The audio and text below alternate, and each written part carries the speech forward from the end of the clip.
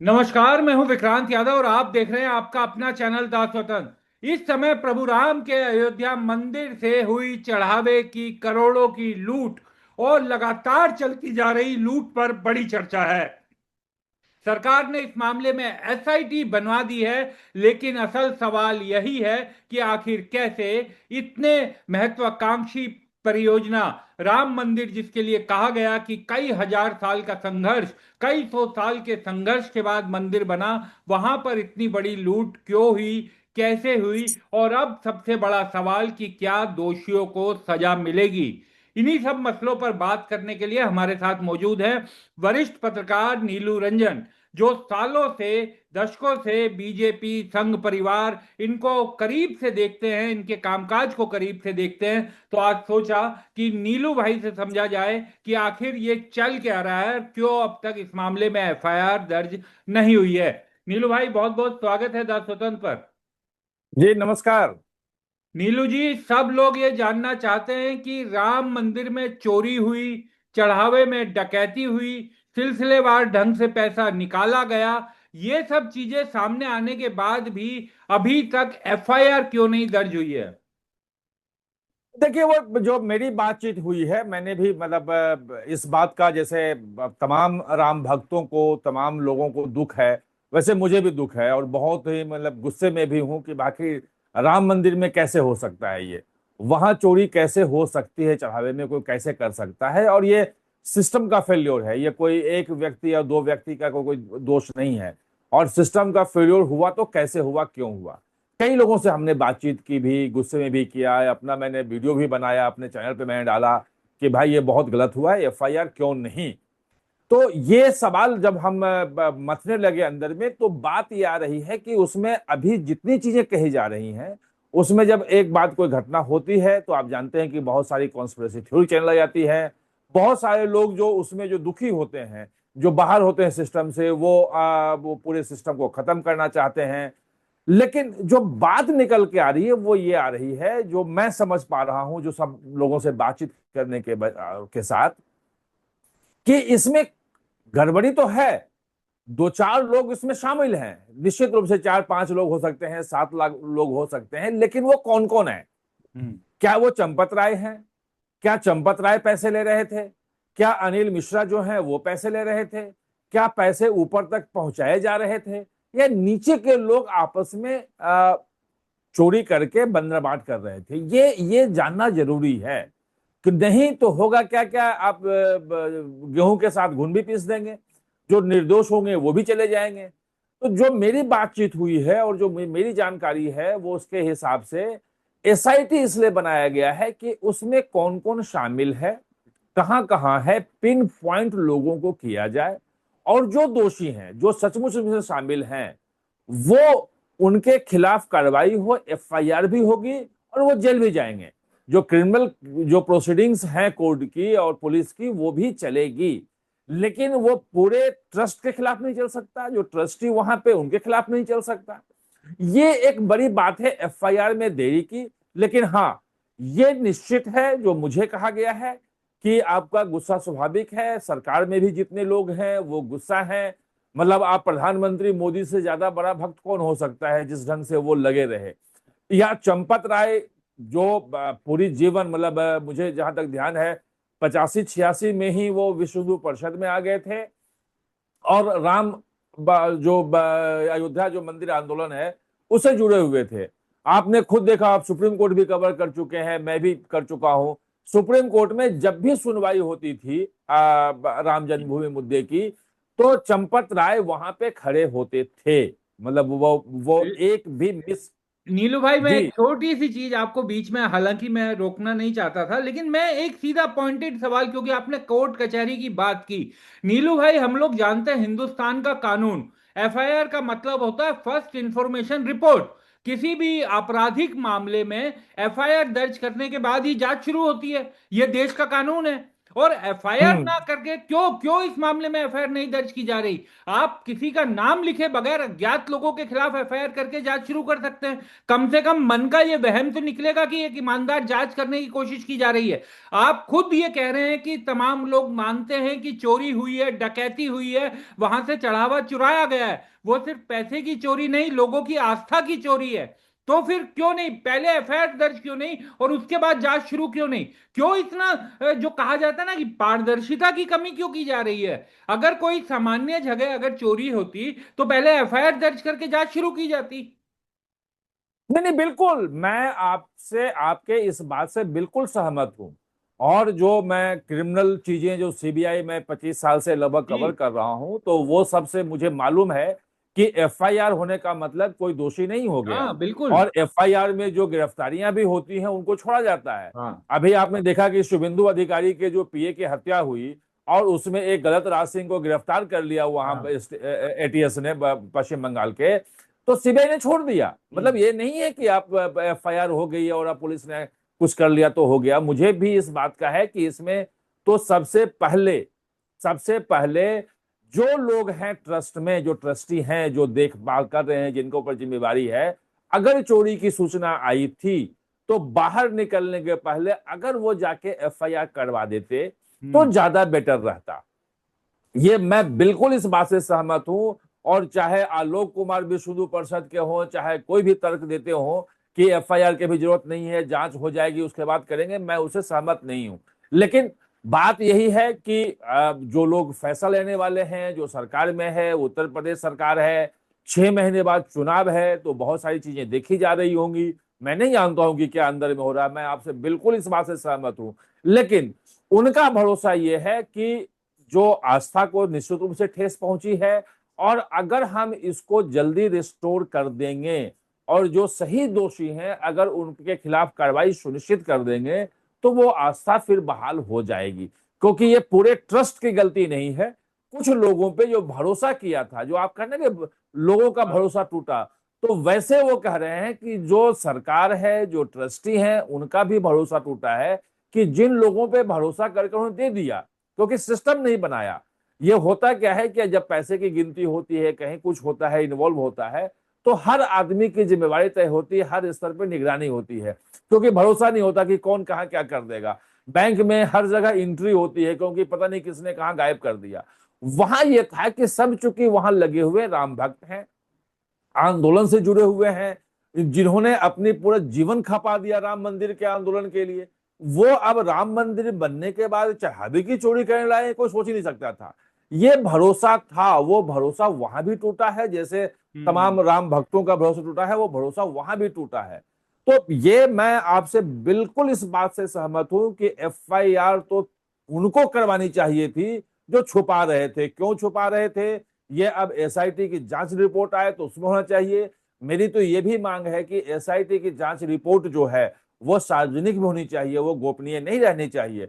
का जो भी दोषी हो, देखो ये कोई एक व्यक्ति का या बिल्कुल। कोई एक छोटे से मंदिर का सवाल नहीं है।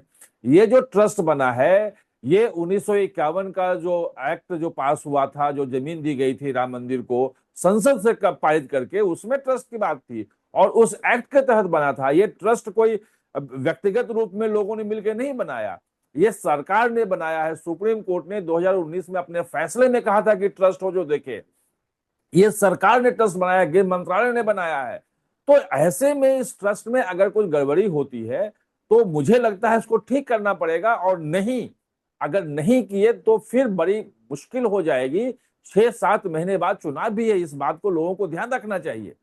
एक चीज नीलू भाई मैं आपसे समझना चाहूंगा कि आपने कहा कि चंपत राय की निष्ठा पर कोई सवाल नहीं उठाया जा सकता। बिना कोई सवाल उठाए मैं आपसे ये जानना चाहता हूं कि उन्होंने जब ये मामला सामने आया, उनका पहला बयान बहुत ही, क्या कहा जाए उसे, कि निंदनीय बयान था। उन्होंने कहा कि कोई उल्लेखनीय बात नहीं पाई गई है। तो लोगों में ऐसा भ्रम गया कि कुछ छिपाने की कोशिश की जा रही है, और उसके बाद मामला बढ़ता चला गया।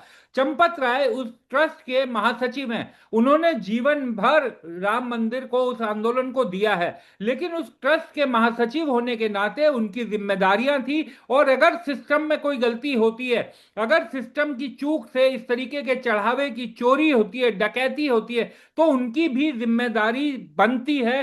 क्या उन्हें इस मामले में पहले ही सब चीजें क्लियर नहीं करनी चाहिए थी? क्या अपनी तरफ से उन्हें पहल लेकर के एफआईआर नहीं करवानी चाहिए थी? और उन पर सवाल उठेंगे, क्योंकि आप जिम्मेदार पद पर बने हुए हैं, तो आपकी जिम्मेदारी है कि ऐसी कोई चोरी, ऐसी कोई डकैती ना हो सके। नहीं नहीं, देखिए, मैं चंपत राय को कोई क्लीन चिट नहीं दे रहा हूं। कोई कितना भी आस्थावान हो, किसी के प्रति हो, गड़बड़ी जो होती है वो उसकी जांच होनी चाहिए। किसी को क्लीन चिट देने का कोई मतलब नहीं बनता है। मैं तो सिर्फ ये कह रहा था कि कोई सोच नहीं सकता है कि बिल्कुल, चंपत वो राय बात तो एकदम, पूरी हाँ। जिंदगी, पूरी जिंदगी जिन्होंने दिया है और वो गड़बड़ कर सकते हैं। जो मुझे बात समझ में आ रही है और आपको भी समझ में आ रही हो कि उसमें हुआ क्या कि एक राम मंदिर बनाने के लिए आंदोलन चलाना एक अलग मुद्दा है, हाँ। और राम मंदिर बन जाए तो उसका जो प्रशासन करना, उसकी देखभाल करना एक अलग मुद्दा है। तो चंपत राय और बाकी जो लोग वहां लगे हुए हैं, और वो सब राम जन्मभूमि आंदोलन से जुड़े हुए हैं, और वो आंदोलन वाले लोग हैं जो लगातार प्रेस कॉन्फ्रेंस करते थे, चुना, वो कोर्ट में केस लड़ते थे, सब चीजें करते थे, वो उनका काम था। ये जो उनको जिम्मेवारी दी गई, तो ये जिम्मेवारी नहीं संभाल पाए। और जो सबसे ज्यादा वहां जो आ रही है बात, कि उनका ड्राइवर, हम्म। वो टिंकू, वो क्या टिंकू नाम था यादव। उसका, वो, हाँ। हाँ, तो वो जो है, वो सबसे प्रभावशाली हो गया।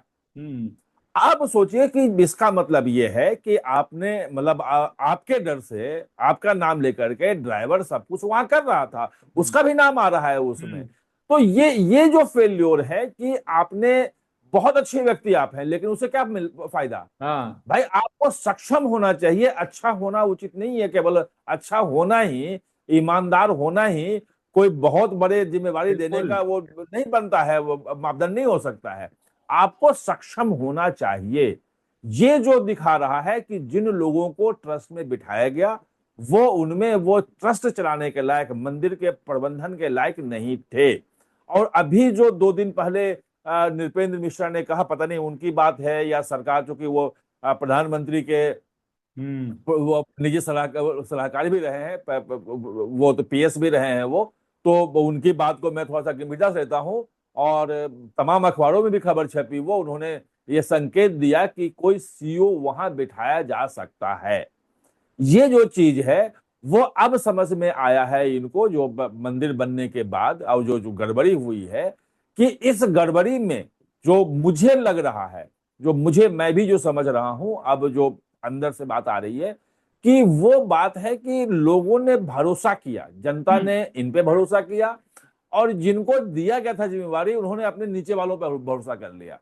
अब उसमें है क्या कि उस भरोसे के तोड़ने में कोई कॉन्स्पिरेसी थी क्या? जैसे खबरें आ रही हैं कि सीसीटीवी कैमरे लगाने का विरोध हो रहा था, कई जगह सीसीटीवी कैमरे काम नहीं कर रहे थे, कई जगह जहां जरूरत थी बताई गई कि यहाँ पे रखना है, ऐसे यहाँ पे निगरानी होनी चाहिए, वहां पे छोड़ दी गई। वो सहज रूप में चूक थी या कॉन्स्पिरेसी का पार्ट था? अगर उस कॉन्स्पिरेसी में कोई बड़े अधिकारी उसमें शामिल हैं जो जिम्मेवार हैं कि भाई कोई जरूरत इसकी नहीं है, हटा दो, और उसके बाद पैसे निकल रहे हो, मनी ट्रेल आ रही हो उसमें, तो निश्चित रूप से सबको सजा होनी चाहिए। क्योंकि जांच जब होगी, अब तो इलेक्ट्रॉनिक सारी चीजें हाँ। होती हैं, तो उसमें उसमें तो निकल आएगी। अगर निष्पक्ष जांच होगी तो सजा मिलेगी निश्चित रूप से, मैं ये मानता हूं। और राम मंदिर में, मतलब कोई चोरी कर ले, मैं फिर कह रहा हूं, हम्म। ये सिस्टम का फेल्योर है। जिन व्यक्तियों पे भरोसा किया, उन व्यक्तियों ने भरोसा तोड़ा है। अब सिस्टम को मजबूत करना पड़ेगा, फुल प्रूफ करना पड़ेगा। नीलू भाई, आप उत्तर प्रदेश की राजनीति को भी बड़े अच्छे से समझते हैं। अयोध्या की सीट वो सीट थी जो बीजेपी के लिए बहुत ही, कहा जाता था कि बड़े सम्मान की सीट की बीजेपी, लेकिन लोकसभा के चुनाव में बीजेपी अयोध्या की सीट हारी।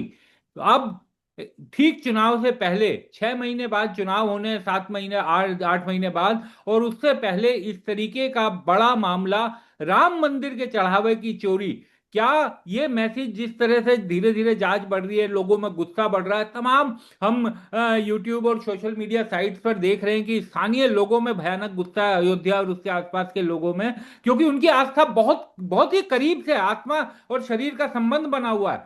तो आपको लगता है कि इसका खामियाजा भी भुगतना पड़ सकता है अगर इसमें सही जांच नहीं हुई और ये मैसेजिंग गई कि किसी को बचाने की, या किसी बड़े लोगों को बचा करके छोटे लोगों पर पूरा दोष डालने की कोशिश की जा रही है?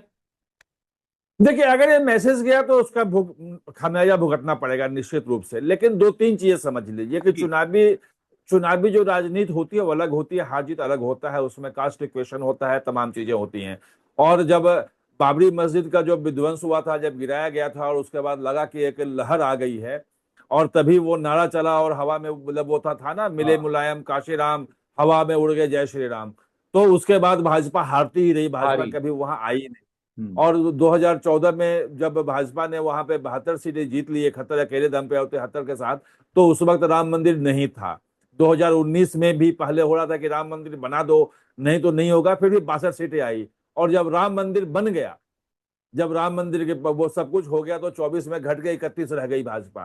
तो इसका मतलब राम मंदिर से कोई वोट मिल रहा हो, ये नहीं है। हम्म। हाँ, ये जो आपका सवाल है वो ये है कि राम मंदिर में जो चोरी की जो बात आई है चढ़ावे में, उससे आस्था डिगा है। हम्म। लेकिन जिन लोगों का आस्था डिगा है, उनकी आस्था किस तरफ जाएगी? हम्म। क्या वो ये सोच सकते हैं कि कांग्रेस के लोग आएंगे या समाजवादी पार्टी वहां आएगी और वो जो है राम मंदिर में चोरी बंद कर देंगे, वो राम मंदिर का बेहतर प्रबंधन कर पाएंगे?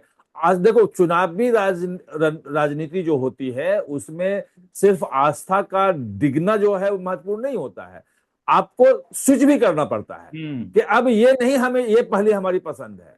तो क्या उस स्थिति में राम भक्त हैं जो जो मानते हैं, जो हम्म। जाति के आधार पर देते हैं, जो जातीय समीकरण होता है, क्षेत्रीय समीकरण होता है का, मतलब वो तमाम चीजें हम आप जानते हैं, वो अलग मुद्दा है। हम्म। लेकिन जो राम मंदिर को लेके वोट देंगे, वो क्या उनकी आस्था भाजपा या से हट करके, संघ से हट करके, वो क्या समाजवादी पार्टी या ये बहुजन समाजवादी पार्टी या कांग्रेस इस तरफ जा सकती है क्या?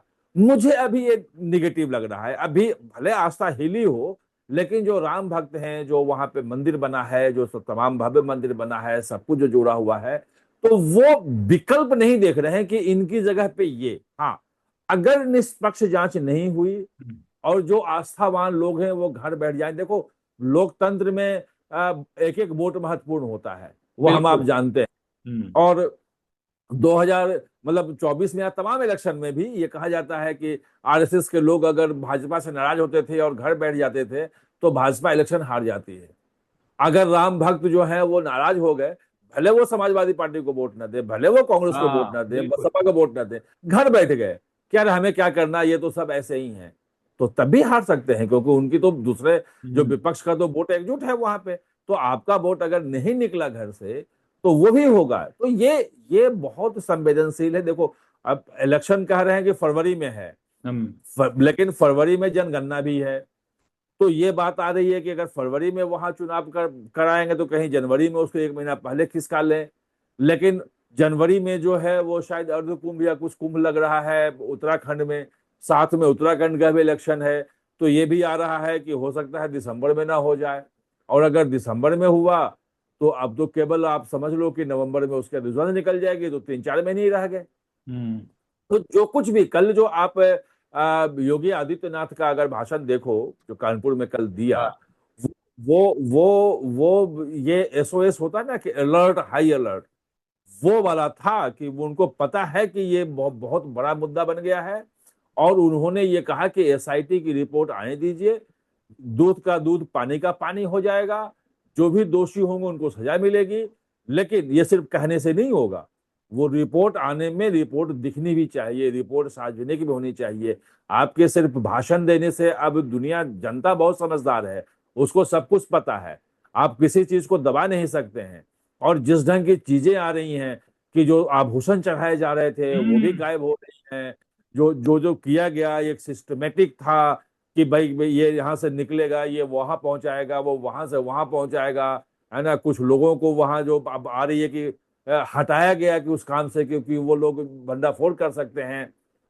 जो जिनको नियुक्ति हो रही थी वो किसके कहने पे हो रही थी, वो सामान्य रूप में वो था रिकमेंडेशन कि चलो भाई विक्रांत यादव हमारे जानने वाले हैं तो इनको यहाँ पे लगा दो इस काम में, कुछ लोगों को हटाया गया, या सिंपल ये था कि हमारी आपकी कोई साठ गांठ है जिसमें आपने कहा कि भाई साहब आपको इतना पैसा पहुंचाऊंगा, आप हमें यहाँ काम में लगा दो।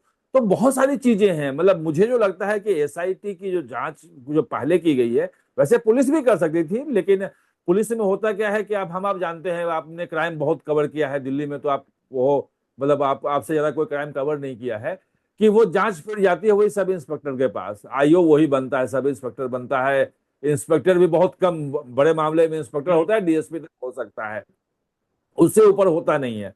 और वो अपने स्तर से जांच करता है, जिस लोगों से पूछताछ होती है सब कुछ होता है। एसआईटी में जो मुझे लगता है कि जैसे मैं सीबीआई में देखता हूं कि सीबीआई में जब कोई केस आता है तो सीधे एफआईआर नहीं होती है, हाँ, पहले वो पी रजिस्टर पी करते हैं, दर्ज कर। प्रिलिमिनरी हाँ। पी दर्ज करते हैं, वो एफआईआर नहीं होती। भले वो फर्स्ट इंफॉर्मेशन रिपोर्ट हम जानते हैं, लेकिन वो फर्स्ट इंफॉर्मेशन रिपोर्ट में जो है वो पी ही दर्ज करते हैं, पहले प्रिलिमिनरी इंक्वायरी और उसके बाद एफआईआर करते हैं, क्योंकि एफआईआर होते ही भाई जिन लोगों का भी आपने नाम लिखा जीरो, मतलब बिना नाम लिखे तो आप क्या करोगे, एफआईआर कोई फायदा नहीं, फिर हंगामा हो जाएगा कि किसी का नाम ही नहीं लिखा आपने।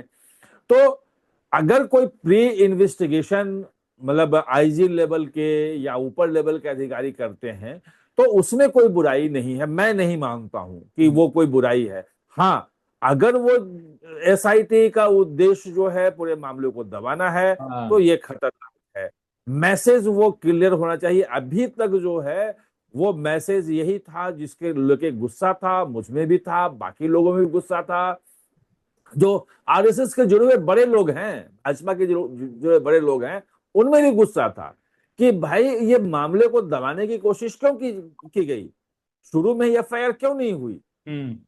अब चूंकि संज्ञान में आया है, नृपेंद्र मिश्रा भी वहां पहुंचे हैं, अब मुझे लगता है कि अब ये योगी आदित्यनाथ खुद इस इन चीजों को देखेंगे, क्योंकि इलेक्शन तो उन्हीं का है और हम्म। तीसरी बार का है, दो बार की एंटी इनकम्बेंसी भी होती है।